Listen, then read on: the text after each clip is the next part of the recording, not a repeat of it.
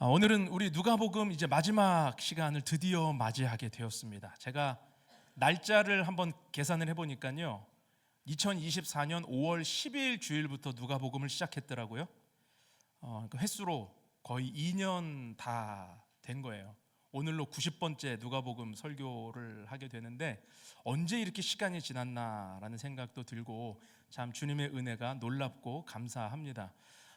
때로는 한 주 동안 다 준비해 놓은 말씀인데 주일 새벽 2시, 3시에 하나님이 저를 깨우셔서 준비해 놓은 설교문을 다 지우고 새로 쓰게 하신 적도 있고, 저 개인적으로는 굉장히 감동과 은혜가 큰데 여러분들 표정 보니까 별 감동이 없으신데 누가복음 말씀 안에서 주시는 은혜가 참 감사했습니다.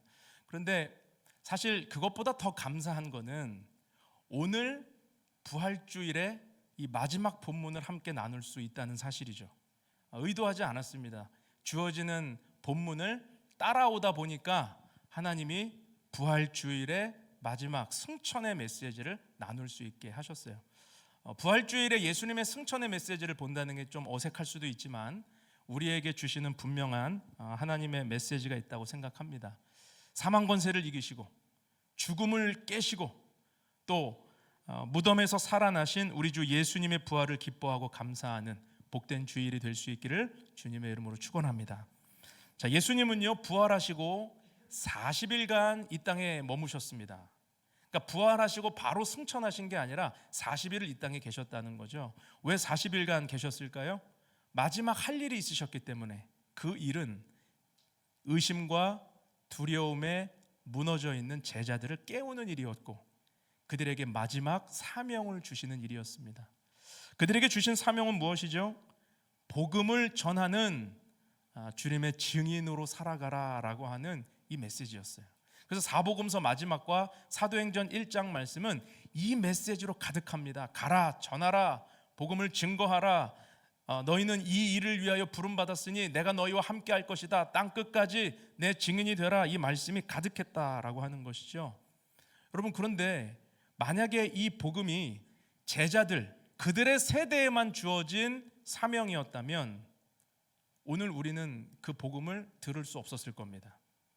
그러니까 이 말씀은, 이 사명은 제자들에게만 주신, 그들에게만 국한된 사명과 말씀이 아니라 오고 오는 모든 믿는 자, 그 세대에게 주시는 동일한 메시지라는 거죠.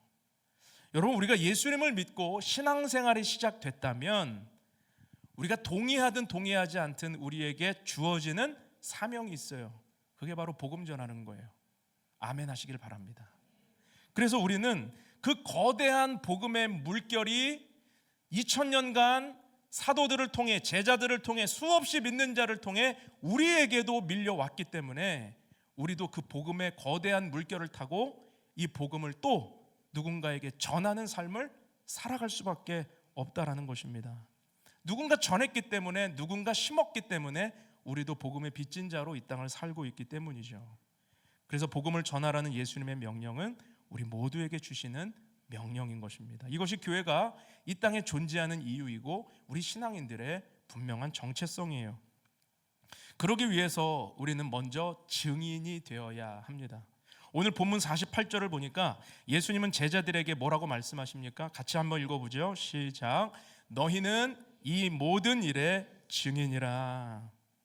그들은 예수님의 표적도 보았고 말씀의 성취도 보았고 십자가와 부활을 본 사람들이었습니다. 그런데 예수님은 그들을 목격자라 하지 않으시고 증인이라고 말씀하셨다는 거예요. 여기서 사용되는 증인이라는 헬라어 단어가 마르투스라는 헬라어 단어가 쓰이거든요. 마르투스. 근데 이 마르투스라고 하는 헬라어에서 영어 단어 하나가 파생이 돼요. 마르트라고 하는. 마르터. 제 발음이 안 좋아서 죄송해요. 순교자라는 뜻이, 순교자. 증인이라는 단어에서 순교자라는 단어가 나왔다는 거예요. 왜 그랬을까요? 뭐 답은 정해져 있지 않습니까? 제자들이, 사도들이 증인으로 살다가 순교했기 때문이죠. 2000년 복음의 역사가 이것을 증명하고 있기 때문입니다. 여러분, 증인은 단순한 목격자가 아니에요. 생명을 걸고 진리를 전하는 사람이 증인입니다. 예수님은 오늘 우리에게도 동일한 사명을 주십니다. 부활의 증인으로 살아가라. 복음의 증인으로 살아가라.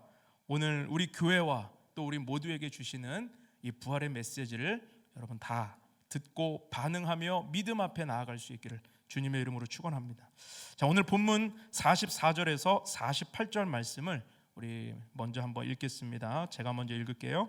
또 이르시되 내가 너희와 함께 있을 때에 너희에게 말한 바 곧 모세의 율법과 선지자의 글과 시편의 나를 가리켜 기록된 모든 것이 이루어져야 하리라 한 말이 이것이라 하시고, 마음을 열어 성경을 깨닫게 하시고, 또 이르시되 이같이 그리스도가 고난을 받고 제3일에 죽은 자 가운데서 살아날 것과 또 그의 이름으로 죄사함을 받게 하는 회개가 예루살렘에서 시작하여 모든 족속에게 전파될 것이 기록되었으니 너희는 이 모든 일의 증인이라. 여러분, 증인은 어떤 사람입니까? 첫 번째로 증인은 말씀이 살아있는 사람입니다. 말씀이 살아있는 사람. 오늘 45절에서 제자들의 닫혀있는 마음을 예수께서 열어서 성경을 깨닫게 해주셨다라고 하죠. 마음을 열어 성경을 깨닫게 하셨다. 그런데 제자들이 성경을 몰랐을까요? 아니요, 그들은 알았어요. 구약을 알고 있습니다. 예수님의 말씀을 옆에서 3년간 들었어요. 말씀이 없지 않았어요. 말씀이 그들에게 없는 게 아니었단 말이죠. 그런데 왜 마음을 열어 깨닫게 해주십니까? 그들이 들은 말씀이 죽은 지식처럼 무덤에 갇혀 있었기 때문이에요. 그들이 아는 말씀이 그들의 인생을 살아있는 자로 살게 하지 못했기 때문입니다. 왜요? 그들이 아는 말씀은 예수와 연결되지 않았기 때문에. 여러분, 예수와 연결되지 않은 말씀은 살아날 수 없습니다. 죽은 말씀과 같은 거예요.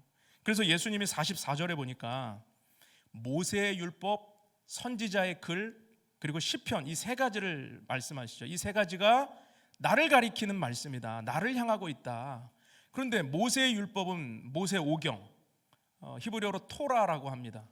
그럼 선지자의 글은 뭐예요? 선지서, 느비임이라고 하고, 시편은 성문서, 케투빔이라고 해요. 그래서 앞글자만 따서 토라, 느비임, 케투빔을 앞글자를 따서 타나크, 이게 구약 성경이에요. 유대인들은 구약 성경을 세 개로 나눠서 읽었어요. 토라, 느비임, 그리고 케투빔, 타나크.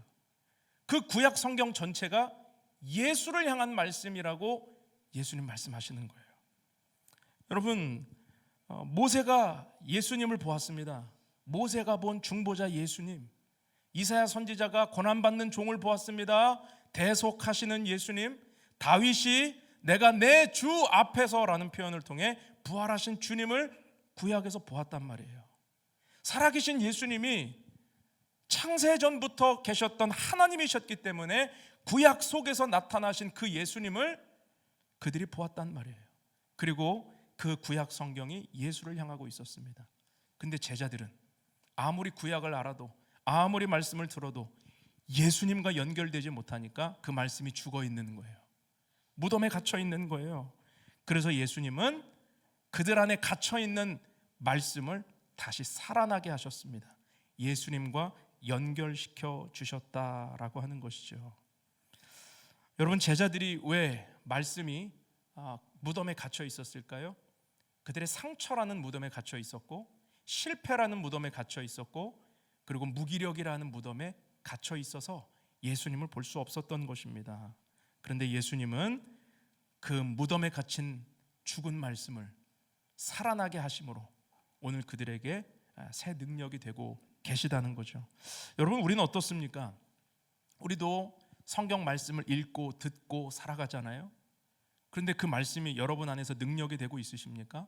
어쩌면 우리도 제자들처럼 내면의 무덤에 말씀을 가둔 채 살고 있지 않습니까? 우리 상처 안에 가둔 채 살고 있지는 않습니까? 내 실패 안에 가둔 채 살고 있지는 않느냐라는 것입니다. 지식으로만 알고 능력이 되지 않는 말씀은 죽은 말씀이에요. 여러분, 오늘 부활의 주님이 우리의 닫힌 마음의 무덤 문을 열어주시기를 주님의 이름으로 축원합니다. 내 상황보다 크신 하나님의 약속이 내 안에서 꿈틀거릴 수 있기를 바랍니다. 말씀이 내 삶을 해석하고 이끌어가는 살아있는 말씀이 될 때 우리는 비로소 증인이 될 수 있는 것입니다. 바울이요, 회심 전에 어떤 삶을 살았죠? 히브리인 중에 히브리인이에요. 그는 바리새인 중에 바리새인이요, 율법으로는 흠이 없는 자라고 자기가 구약 성경이 머리에 통으로 들어와 있다고 자랑했던 사람이에요. 그가 성경을 모르지 않았어요. 누구보다 많이 알았습니다. 성경적 지식에 해박했습니다. 가말리엘이라고 하는 당시 최고의 석학 밑에서 율법을 공부했으니 율법으로 바울을 당할 수 있는 자는 없었어요. 그런데 그가 어떤 삶을 살았죠? 교회를 박해하고 믿는 이들을 핍박하는 살인자로 살았잖아요. 왜 그래요? 말씀이 가득한데 왜 그런 삶을 삽니까? 말씀이 예수와 연결되지 못하니까 죽어 있는 거예요. 아무리 말씀을 알아도 그 말씀이 예수를 향하고 있다는 걸 깨닫지 못하니까 자기 열심히 이게 하나님의 뜻이라고 교회를 박해하는데 전혀 다르게 살아가고 있었다는 거죠. 그런데 그 바울이 다메섹으로 가는 길에 예수님을 만나고 어떻게 됩니까? 구약 전체가, 타나크가 바로 예수를 관통하고 있다는 사실에 깜짝 놀래버려요. 그가 말에서 떨어지거든요. 그게 예수님의 음성을 들어서 놀래서 떨어진 게 아닙니다. 그 내면 안에 자기가 그동안 알고 있던 그 성경 말씀이 정확히 예수를 관통하고 있구나라고 하는 이 말씀이 살아나니까 그가 충격을 받고 떨어지는 거예요. 그때부터 바울은 어떤 삶을 살죠? 말씀이 살아나니까 증인의 삶을 살잖아요. 박해자가 복음 전도자로 변하고 180도 완전히 바뀐 인생을 살아간다는 말입니다. 증인으로 살아가고 순교자까지 되는 바울의 인생은 그 안에 말씀이 살아났을 때 일어난 변화였다는 거죠. 바울이 이 깨달음을 고린도전서 15장의 부활장에 이렇게 기록합니다. 우리 15장 3절에서 4절 말씀 같이 한번 읽어볼게요. 시작. 내가 받은 것을 먼저 너희에게 전하였노니 이는 성경대로 그리스도께서 우리 죄를 위하여 죽으시고 장사 지낸 바 되셨다가 성경대로 사흘 만에 다시 살아나사. 자, 성경대로라는 표현이 두 번 등장하잖아요. 성경대로 죽으시고 성경대로 살아나셨다. 바울이 지금 이야기하는 성경은 뭐예요? 이게 타나크예요. 이 당시는 신약 성경이 없습니다. 타나크예요. 너희가 알고 있는 그 구약의 말씀대로 그리스도가 죽으셨고 그 구약의 말씀대로 예수께서 살아나셨다. 바울이 이걸 언제 깨달았어요? 회심할 때 깨달은 거예요. 내가 아는 성경이 예수를 관통하는 것. 여러분, 우리가 하나님의 말씀을 들을 때 혹시 깨달음이 부족하거나 믿지 못하는 성경의 말씀이 있다면 여러분, 그 부끄러운 거 아닙니다. 체면 때문에 아는 척하거나 또는 부끄러워한다면 그거는 믿음이 아니에요. 믿음은 무엇입니까? 내가 깨닫지 못하는 걸 구하는 게 믿음이에요. 야고보 사도는 야고보서 1장 5절에서 이렇게 우리에게 권면했습니다. 너희 중에 누구든지 지혜가 부족하거든 모든 사람에게 후히 주시고 꾸짖지 아니하시는 하나님께 구하라. 그리하면 주시리라. 여러분, 말씀이 내 안에서 살아나는 역사를 구할 수 있기를 주님의 이름으로 축원합니다. 증인은 말씀이 살아있는 자예요. 말씀이 예수와 연결된 자예요. 그 말씀이 오늘 나의 고난을 해석하고 그 살아있는 말씀이 오늘 나의 현실을 해석할 때 여러분, 우리는 증인으로 살아가게 될 줄 믿습니다.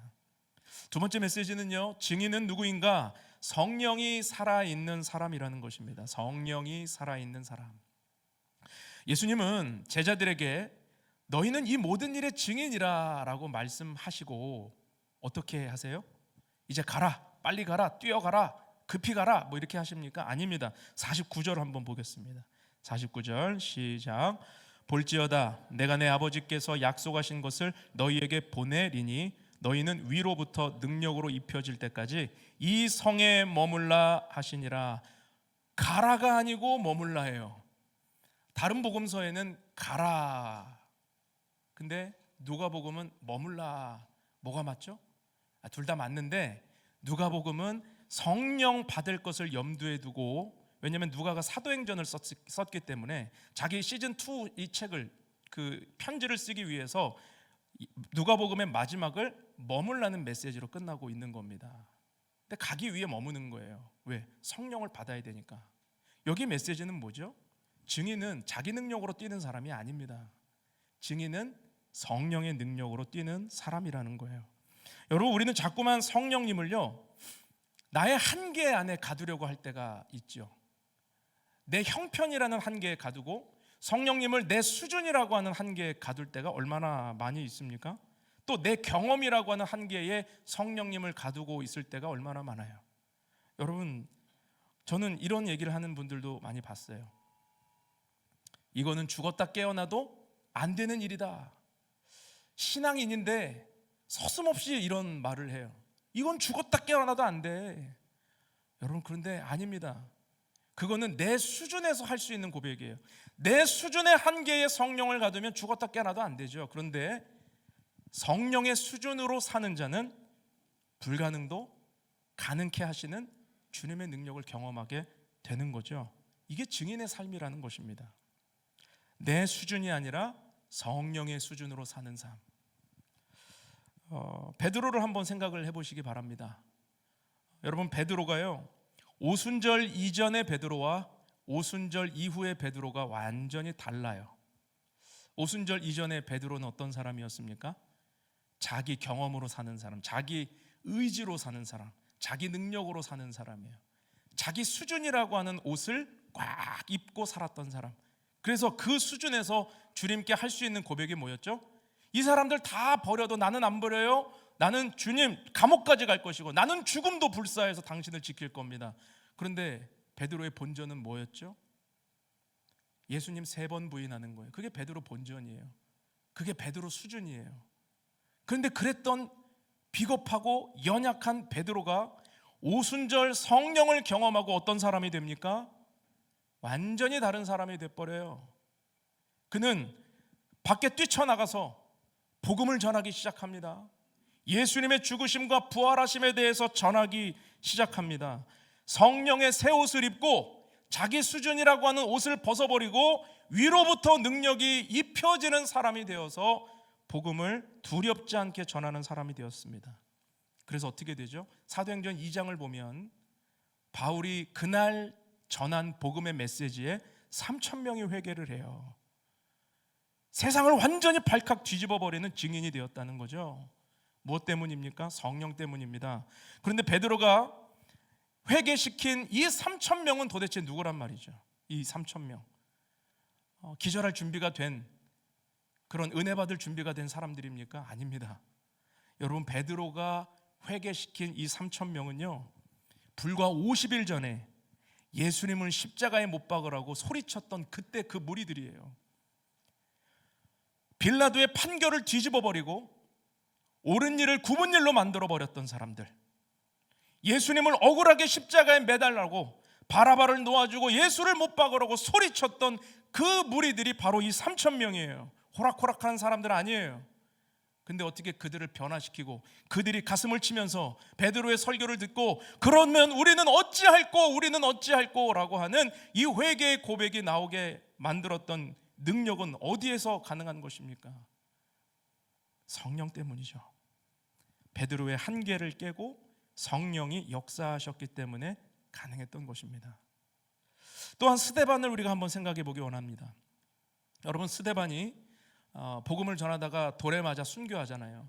근데 돌에 맞아 죽는 그 엄청난 이 상황 속에서, 고통스럽고 절망스러운 상황 속에서 스데반이 보여준 이 품격 있는 모습을 한번 생각해 보시기 바랍니다.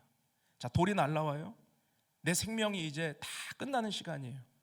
근데 스데반은 마치 예수님처럼 2가지 기도를 합니다. 어떤 기도냐면, 예수님의 가상칠언 십자가 위에서 7마디 하셨는데 첫 번째 말씀과 마지막 말씀을 기도로 똑같이 해요. 우리 그 말씀 보겠습니다. 사도행전 7장 59절에서 60절 말씀 우리 같이 한번 읽어볼게요. 시작. 그들이 돌로 스데반을 치니 스데반이 부르짖어 이르시되 주 예수여 내 영혼을 받으시옵소서 하고 무릎을 꿇고 크게 불러 이르되 주여 이 죄를 그들에게 돌리지 마옵소서 이 말을 하고 자니라. 자, 59절 보세요. 주 예수여 내 영혼을 받으시옵소서. 예수님의 가상칠언 마지막 메시지예요. 기도예요. 아버지여, 아버지께 내 영혼을 부탁하나이다. 아버지 손에 부탁하나이다. 어떻게 이런 기도를 드리죠? 또 60절 말씀, 주여 이 죄를 그들에게 돌리지 마옵소서. 자기에게 돌을 던지는 사람들을 용서하는 기도를 해요. 가상처럼 첫 번째 메시지죠. 아버지여 저들의 죄를 용서하여 주옵소서. 어떻게 스데반이 우리와 똑같은 사람인데 예수님이 투영되는 이 모습, 이 품격 있는, 정말 이 영적 품격이 절절히 느껴지는 사람으로 이렇게 마지막을 맞이했느냐라는 것이죠. 죽음을 두려워하지 않는 인생이 됐냐는 것이죠. 성령이 충만했기 때문입니다. 그 앞절을 볼게요. 사도행전 7장 55절 함께 읽습니다. 시작. 스데반이 성령 충만하여 하늘을 우러러 주목하여 하나님의 영광과 및 예수께서 하나님 우편에 서신 것을 보고. 여러분, 이 품격은 바로 성령을 통해 가능한 것입니다.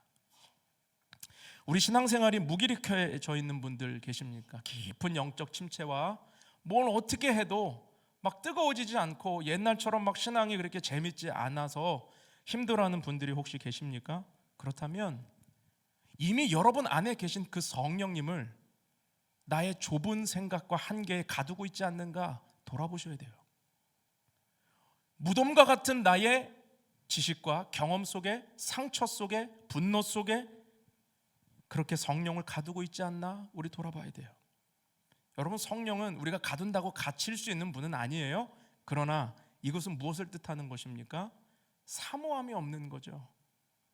분명히 성령이 위로부터 입혀질 때까지 이 성에 머물라라고 하셨던 말씀은 그 성령으로 살아가는, 성령을 사모하고 성령이 내 안에서 살아가기를 사모하는 자가 되라는 주님의 말씀인 것입니다.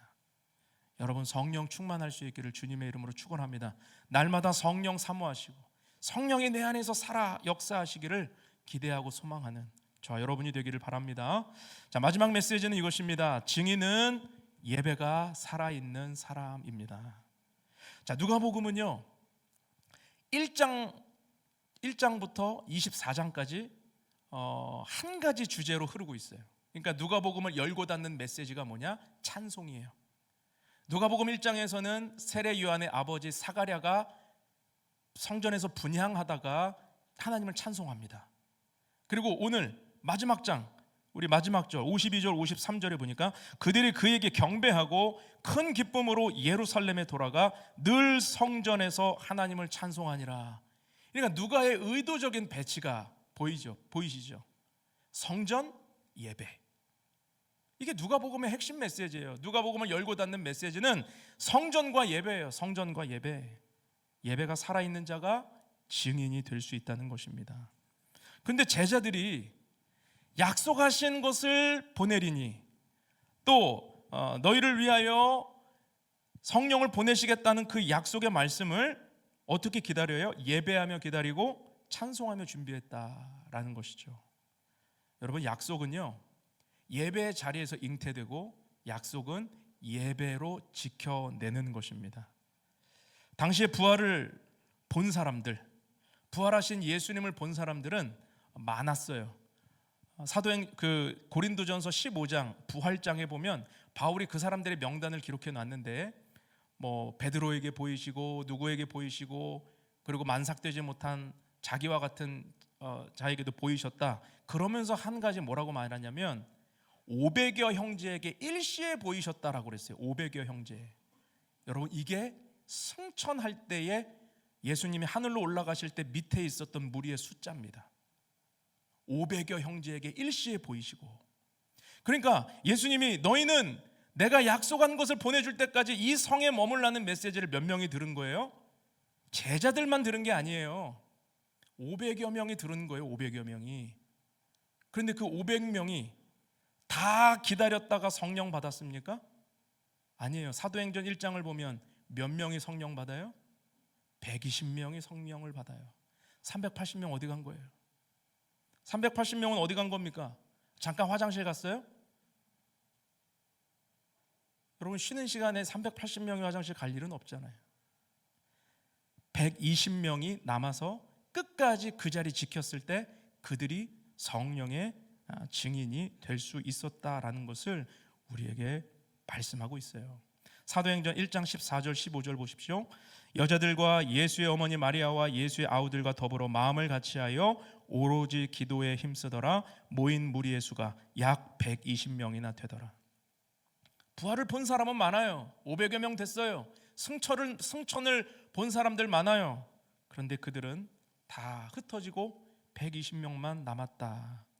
제가 이 말씀을 묵상하다가 오늘 새벽이었어요. 사실 오늘 새벽에 이런 마음의 감동이 와요. 여러분, 우리 교회가 아이들까지 한 120명 정도 돼요. 매주 출석하는 인원들이 1부, 2부 또 우리 차세대 120명. 120명만 돼도 세상을 바꿀 수 있다. 별 감동이 없으십니까? 120명만 돼도 세상 바꿀 수 있어요. 뒤집을 수 있어요. 증인될 수 있어요. 능력 나타날 수 있어요. 어떻게? 우리 능력이 아니고 성령의 능력으로. 근데 그 성령의 능력은 예배하는 자 위에 떨어지는 거예요. 성령의 불은 예배로 자리 지키는 자 위에 떨어지는 거예요.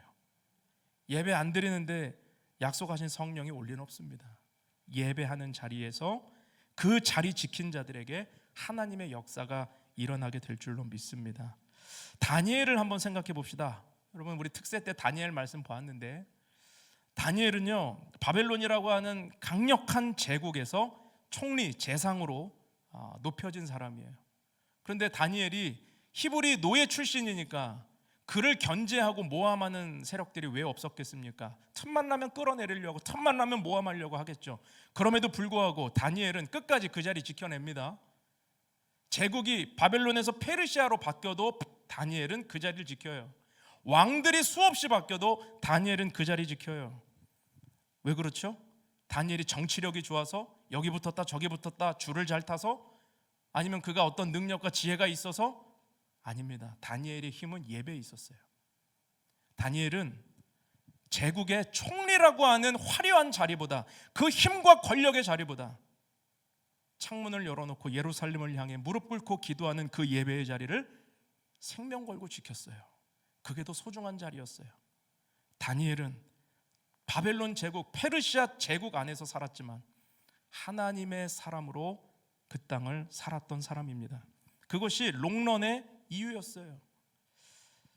여러분, 이런 세상의 압도적인 승리자가 될 수 있는 비결, 다니엘의 예배에 있었다라는 사실입니다.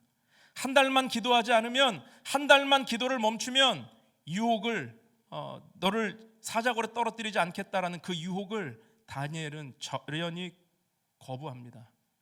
한 달이 아니라 단 하루라도 나는 주님을 예배하지 않으면 안 된다라는 믿음으로 그 예배 자리에 붙들어요. 여러분, 오늘 우리는 어떻습니까? 우리의 예배는 살아 있습니까? 우리의 예배는 오늘 주님의 기뻐하시는 모습으로 살아서 드리는 예배가 되고 있습니까? 아니면 우리의 예배가 어느덧 내 안에 무덤에 갇혀서 살아있지 못하고 죽은 예배가 되고 있습니까? 일상의 분주함이라고 하는 무덤에 갇혀 있진 않으세요? 성공이라고 하는 욕망의 예배가 갇혀 있는 분은 없습니까? 생활의 염려라고 하는 무덤에 그 예배가 갇혀서 살아있지 못한 분은 없으십니까? 여러분, 증인은 예배가 살아있는 사람이에요. 예전에 하용조 목사님께서 예배에 목숨 걸라는 메시지를 굉장히 많이 하셨는데, 제가 그 세대거든요.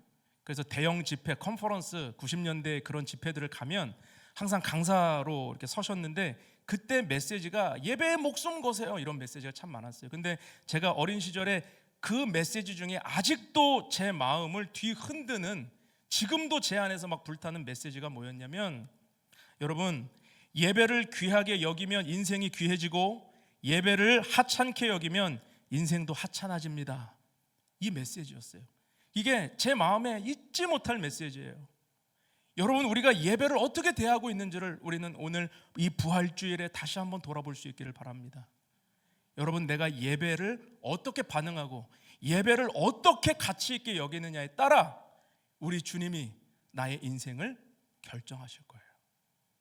여러분, 우리 이거 잊어버리면 안 돼요. 세상의 일이 우리의 예배를 밀어내면 안 됩니다.